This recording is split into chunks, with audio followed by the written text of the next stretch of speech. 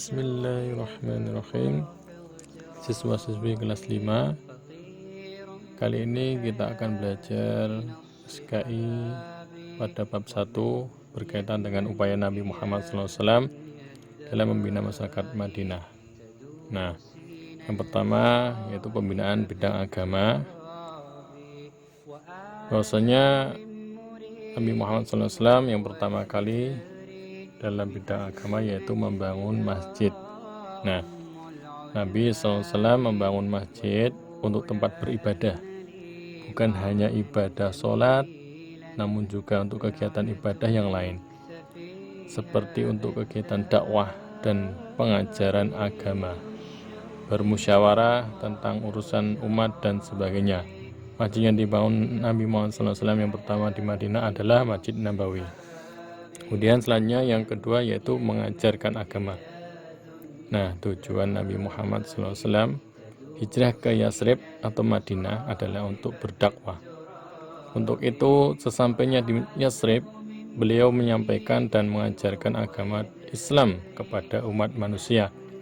Kegiatan pengajaran ini dilakukan oleh Rasulullah SAW dan para sahabat. Nah, kegiatan ini dipusatkan di masjid dan di rumah-rumah penduduk Madinah. Kemudian yang kedua yaitu pembinaan bidang sosial. Usaha yang dilakukan oleh Nabi SAW dalam membangun masyarakat di bidang sosial antara lain sebagai berikut. Yang pertama, melakukan pernikahan antara kaum muhajirin dan kaum ansor. Kemudian yang kedua, berdakwah yang dihadiri oleh kaum ansor dan muhajirin dalam satu tempat. Yang ketiga, berbuat adil dan tidak membedakan status sosial seseorang. Yang keempat, melibatkan kaum muhajirin dan ansor dalam membangun masjid. Kemudian yang ketiga yaitu pembinaan bidang ekonomi. Nah, di bidang ekonomi Nabi Muhammad SAW melakukan pertukaran ilmu dan keahlian kepada para penduduk. Contohnya kaum muhajirin memiliki keahlian berdagang, sedangkan kaum ansor memiliki keahlian yaitu bercocok tanam. Maka mereka saling bertukar ilmu dan bekerja sama dalam melaksanakan pekerjaan.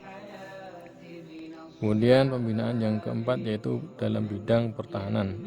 Untuk menjaga keamanan kota Madinah, Rasulullah SAW membuat perjanjian antara kaum muslimin dan kaum Yahudi. Isi perjanjian itu diantaranya yang pertama, mempunyai hak bersama untuk menjalankan agama masing-masing dan saling menghormati di antara mereka. Yang kedua, wajib tolong-menolong dan melawan siapa saja yang memerangi mereka. Yang ketiga, wajib saling menasihati dan melaksanakan kebaikan-kebaikan dan keuntungan bersama. Kemudian yang keempat, wajib menghormati kota Madinah. Yang kelima, jika terjadi perselisihan harus diserahkan kepada Allah SWT dan Rasulnya. Yang keenam, semua penduduk Madinah wajib dilindungi, baik yang tinggal di dalam kota Madinah maupun di luar kota Madinah. Selanjutnya, untuk menjaga stabilitas keamanan dan pertahanan negara, Rasulullah SAW juga telah menyiapkan pasukan. Pasukan itu bertugas membela dan mempertahankan negara dari berbagai ancaman.